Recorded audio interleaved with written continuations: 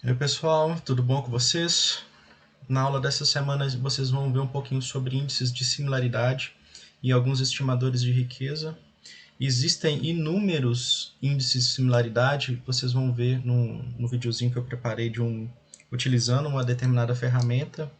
Existem inúmeros estimadores de riqueza, mas eu combinei com a Rosângela de falar dois de cada um. Tá? Nós vamos falar do Jacquard e Sorensen, de similaridade, e dos estimadores a gente vai falar sobre K1 e Jack1, né? Jackknife de primeira ordem. Então vamos lá, vamos dar início. Então o que é um índice de similaridade? O índice de similaridade, que também é chamado de coeficiente de similaridade, ele é entendido como uma medida que tenta apresentar de maneira objetiva o nível de semelhança de duas ou mais comunidades. Aqui para nossa aula a gente vai sempre utilizar duas comunidades para ficar fácil o entendimento, mas eu quero que vocês entendam que vocês podem utilizar aí cada ambiente como sendo uma amostra e você pode fazer a comparação de tudo isso, ok? Então, se vocês analisarem aquilo que a Lívia explicou para vocês na semana passada, no outro vídeo, ela falou um pouco sobre riqueza, abundância, equitabilidade e por aí vai. Comparar essas comunidades dessa forma é bom, mas ele é um pouco mais limitado, tá? Bom, deixa eu utilizar esse exemplo que está aqui no slide para vocês entenderem melhor. Se eu for utilizar somente a riqueza, o ambiente 1 ele tem aqui ó, uma, duas, três espécies somente. Enquanto que o ambiente 2 eu tenho aqui 5 espécies. Então, do ponto de vista de riqueza, o ambiente 2, se eu fosse escolher uma área para conservar, por exemplo, o ambiente 2 seria mais propício para mim. Porém, se eu for utilizar o critério abundância, eu pegaria aqui, ó, a situação mudaria um pouco. Eu tenho 9 com 10 mais um 11. E aqui, ó, 5, 6, 7, 8, 9. Ou seja, aqui no ambiente 1 eu tenho 11 indivíduos. Aqui eu tenho menos, tenho 9. Então acabou que, se eu utilizar o outro critério de abundância, o ambiente 1 seria o mais recomendável. E assim, existem vários outros critérios que você pode levar em consideração, mas no final das contas, nós utilizamos todos eles em conjunto, usando também essas métricas de similaridade e os estimadores de riqueza para agregar o conhecimento sobre uma determinada área e dessa forma você chegar a conclusões mais precisas, tá? E aí, quando a gente fala de índice de similaridade, pessoal, normalmente a gente utiliza uma matriz de composição. E essa matriz de composição ela utiliza presença e ausência.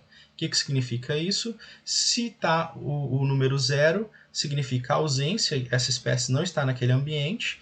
E quando está o número 1, ela está presente naquele ambiente. Não existe variação dentro da minha matriz entre 0 e 1. Tá? Dentro da minha matriz.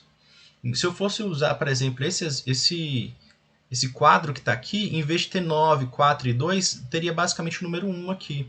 Seria uma representação simples disso. Tá? Então vamos lá. O primeiro índice seria o índice de Jacquard. Ele compara composição e riqueza. O que seria a composição aqui, pessoal? Deixa eu voltar aqui para explicar melhor essa situação. Eu tenho aqui no ambiente 1 3 espécies. Mas qual que é a composição dessas espécies? Seria a espécie 3, a espécie 4 e a espécie 5. Essa é a minha composição. Agora, com relação ao ambiente 2, eu tenho 5 espécies e a minha composição é espécie 1, espécie 2, espécie 3, espécie 4 e espécie 5. Ou seja, é uma questão de descrição das espécies que estão dentro daquele ambiente. Tá? E é por isso que a gente utiliza essa questão da presença e ausência. Quando você faz os cálculos, você encontra algo entre 0 e 1. Tá? Algo fracionado, 0,27, 0,45, 0,76 é o índice de similaridade. Só que normalmente a gente transforma isso em porcentagem para ficar mais fácil de se entender. O ambiente 1 é 0,23% similar em relação ao ambiente 2. O ambiente 2 ele é 0,47%, ele é 47% similar ao ambiente 3. O ambiente 1 e o ambiente 3 ele é 75% similar. Então, assim, normalmente o índice te dá algo fracionado e você transforma isso em porcentagem para ficar mais fácil de se entender. Então vamos às fórmulas, pessoal. O índice de Jacquard ele é basicamente o número de espécies em comum C dividido pelo somatório de 3 elementos. O primeiro elemento seria o número de espécies no ambiente A, o número de espécies no ambiente B e o número de espécies em comum. Tá? Em outras palavras, se eu for utilizar aquele primeiro exemplo, olha só, eu transformei ele primeiro em uma planilha de presença e ausência. Tá? E aí eu peguei aqui, ó, o que está em comum aqui? 3, 4 e 5. Depois eu peguei o número de espécies do ambiente 1, o ambiente 2 e aquilo que é em comum. Fazendo os cálculos simples, eu vou encontrar aqui 0,27, que representa 27%. Simples assim. Daria para vocês, inclusive, fazer esses cálculos, por exemplo, numa planilha de Excel. Tá?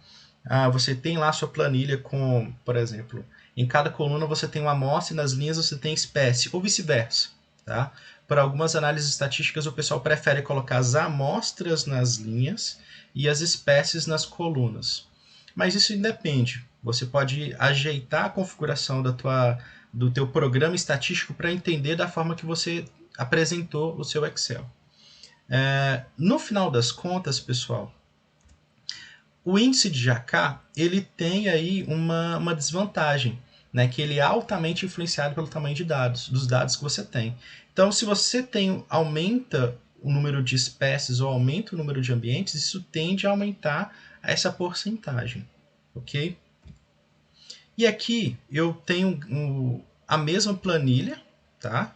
Só que o que eu fiz aqui? Não, mentira, não é a mesma planilha que estava lá não.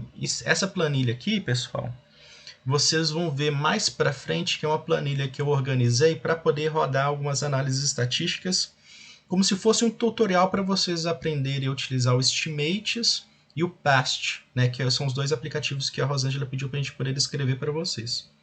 Então, aquela planilha que vocês vão ver mais para frente, eu gerei uma matriz de similaridade. Essa matriz de similaridade aqui, pessoal, eu transformei ela em porcentagem, né? O ambiente 1 com o ambiente 1 é 100% igual, né? 2 com 2 100% igual, 3 com 3 100% igual. E os ambientes, eles se comparam entre si, ó. O ambiente... Opa, cadê o mouse? Tá aqui, ó. O ambiente 1 com o ambiente 2, ele é 59,45% similar. O ambiente 1 com o ambiente 3, ele é 73,13% similar. E o ambiente 2 com o ambiente 3 aqui, ó, 57,5% similar. E esses valores que estão do lado de cá aqui? É a mesma coisa, olha só. 59,45 com 59,45. 73,13, 73,13. 57,5 com 57,5. Então, o que está representado nessa parte mais inferior é a mesma que está representado nessa parte superior aqui. E aí você pede para fazer aquilo que eles chamam de cluster, que é uma análise meio que de ordenamento, de organização dessas informações. E isso gera esse gráfico aqui, ó, aonde o P1 ele é mais similar ao P8, e esse conjunto inteiro aqui, ele tem uma similaridade de aproximadamente 60% com o P5. Porém, todas as vezes que vocês forem fazer qualquer tipo de descrição ou discussão dentro dos resultados, ou dentro de um artigo científico, ou dentro de um relatório, você sempre utiliza a comparação par a par. 1 com 2, 1 com 3 e o 2 com 3. E aí você pode descrever isso lá nos seus resultados. Ok, pessoal? Então, o próximo aqui seria o índice de Sorensen, né? O índice de Sorensen, pessoal, é um índice que dá mais peso para os dados de presença em detrimento aos dados de ausência. Por que isso? Porque ele multiplica os elementos em comum por 2. Tá? E aí ele utiliza a mesma premissa entre 0 e 1. Quanto mais 0 é desigual, quanto próximo de 1 igual. O 0 dentro da minha planilha é a ausência, o 1 seria a presença, sendo que os elementos são os mesmos aqui, ó. O A seria o número de espécies no ambiente A, o B seria o número de espécies no ambiente B, o C seria o número de espécies em comum. Lembrando que o Sorensen multiplica o 2 aqui nessas espécies em comum, modificando um pouco esse resultado. Ele dá uma maior importância para a presença do que a ausência desses indivíduos dentro de uma determinada comunidade ou dentro de um determinado ambiente. Então, pessoal, essa aqui é a mesma planilha da outra, ambiente 1 com ambiente 2, com as mesmas espécies, só que eu vou pegar aqui, ó, 2 vezes 3, né, que são as 3 espécies compartilhadas, dá 6, o mesmo 6 daqui. Quando eu faço esse resultado, ele dá uma similaridade muito maior, porque ele deu uma ênfase muito maior para a presença das espécies, né? Só que ele também tem uma desvantagem. Qual que é? Ele pode exagerar na importância dos conjuntos positivos. É o que a gente percebeu. Enquanto o Jacar eu encontrei uma similaridade de 0,20 alguma coisa, aqui eu já encontrei 0,42, né? 42% de similaridade. Ou seja, ele dá um viés muito maior para as espécies que estão presentes, né? E aí, olha só, utilizando aquela planilha de aves que eu vou mostrar para vocês lá na frente do tutorial dos programas, eu tenho aqui a mesma coisa, só com o índice de Sorensen, né? 1 com 1, 100, 2 com 2, 100, 3 com 3, 100. Lembrando que 1 eu transformei depois em porcentagem. O 1 com 2 ele é 74,57% similar. 1 com 3 é 84,48% similar. E o 2 com 3... tá aqui, ó, 73,1. Lembrando que esses valores aqui na parte inferior da minha planilha, dessa tabelinha aqui, são similares, são iguais a esses que estão aqui em cima. E aí eu tenho o cluster de forma parecida, porém os valores aqui embaixo eles modificaram. Não sei se vocês perceberam que os valores para o índice de Sorensen são muito maiores do que o índice de Jacar. Pessoal, existem vários outros índices, tá, de similaridade. Tem aqui Morishita-Horner, tem aqui os coeficientes de distância euclidiana, Bray-Curtis. Então, assim, se vocês quiserem entender melhor, vale a pena vocês darem uma pesquisada. Tem um trabalho desse Valentim, que foi publicado nessa revista aqui, o Ecologia Brasiliensis, que ele é muito fácil de achar na internet. Inclusive, esse é o link que eu utilizei para baixar esse programa. Ele é muito utilizado em alguns cursos de estatísticas voltados para ecologia. Inclusive, eu mesmo fiz um curso com o professor Pedro Eisenlor da Unemate há uns 6 meses atrás, e ele pediu, inclusive, para a gente fazer um fichamento desse artigo. Então, assim, é um artigo muito bom, que ele descreve esses principais índices de similaridade. Ele apresenta outras informações, tá? Mas ele apresenta muito bem isso daí, apresenta as fórmulas, e vale a pena vocês darem uma olhadinha depois, ok? Agora a gente vai entrar na parte dos estimadores e vou falar um pouquinho também sobre rarefação, tá, pessoal? Os estimadores, pessoal, são aqueles que atribuem um valor de um parâmetro para o qual você não conhece o valor absoluto. Isso é muito bom quando você está fazendo uma pesquisa onde você quer encontrar um número determinado de indivíduos ou um número determinado de espécies. Vamos supor, você quer fazer uma análise dentro do estado inteiro de Minas Gerais para a Mata Atlântica para uma determinada espécie de bicho.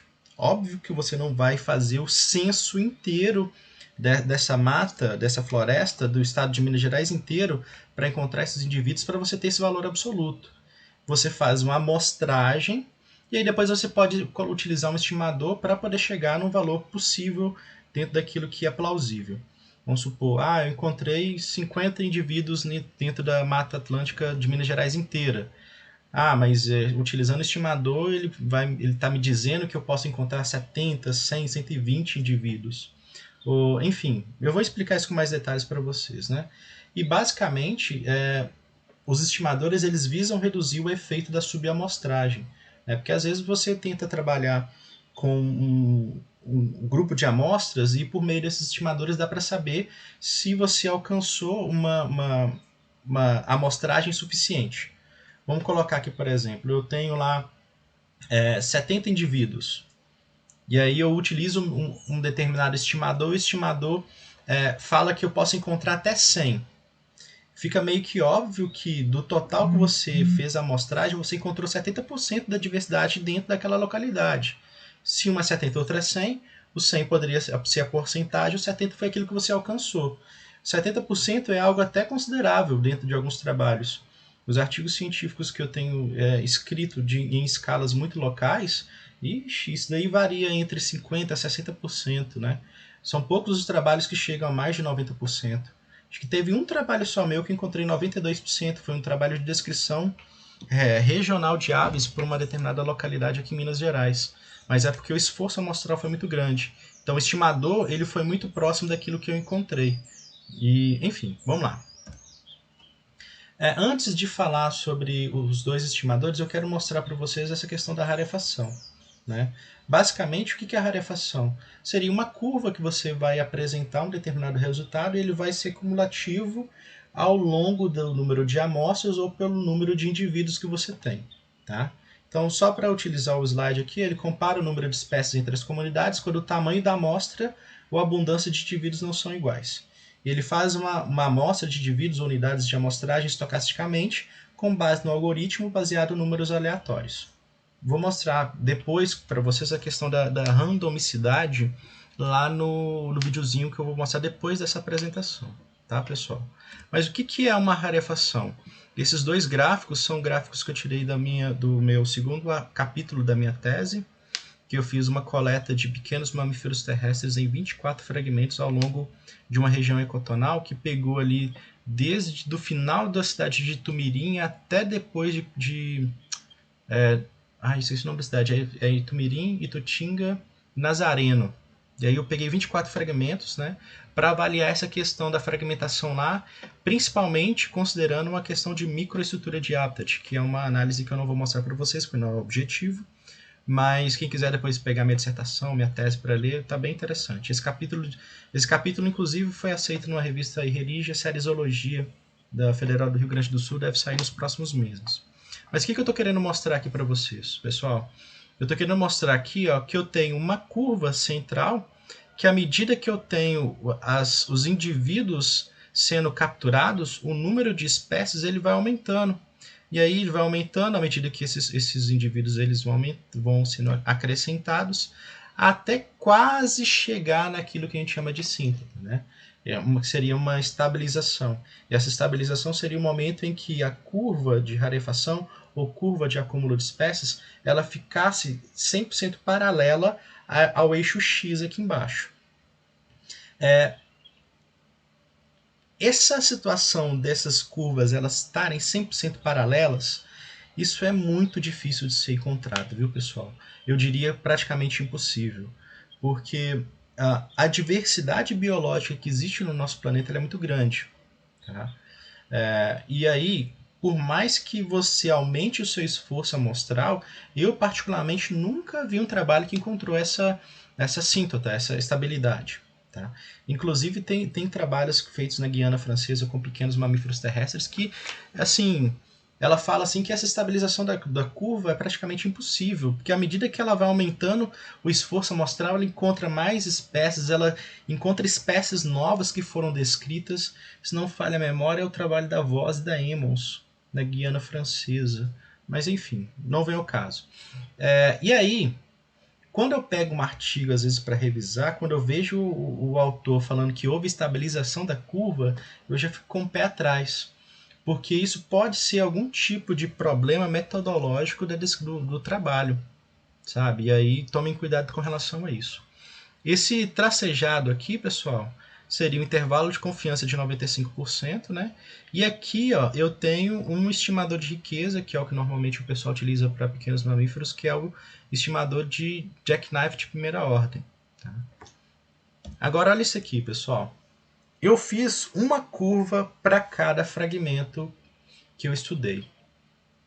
Vocês estão vendo algum tipo de estabilização aí? Nunca. Todas elas têm uma tendência que se eu aumentar o número de indivíduos capturados, eu vou aumentar o número de espécies, mesmo que os meus fragmentos fossem muito pequenos. Então, assim, por que eu estou mostrando esses dois gráficos para vocês? Porque encontrar uma diversidade completa, uma diversidade plena, 100% de uma determinada área é impossível. Por isso que a gente usa os estimadores de riqueza para mostrar que a gente está quase lá, o que existe muito ainda a ser encontrado naquela determinada região.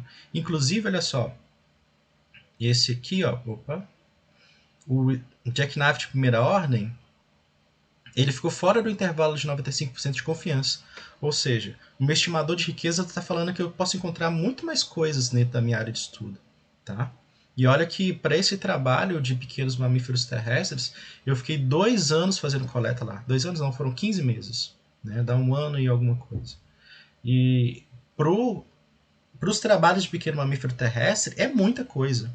é um esforço amostral discrepante em relação à maior parte.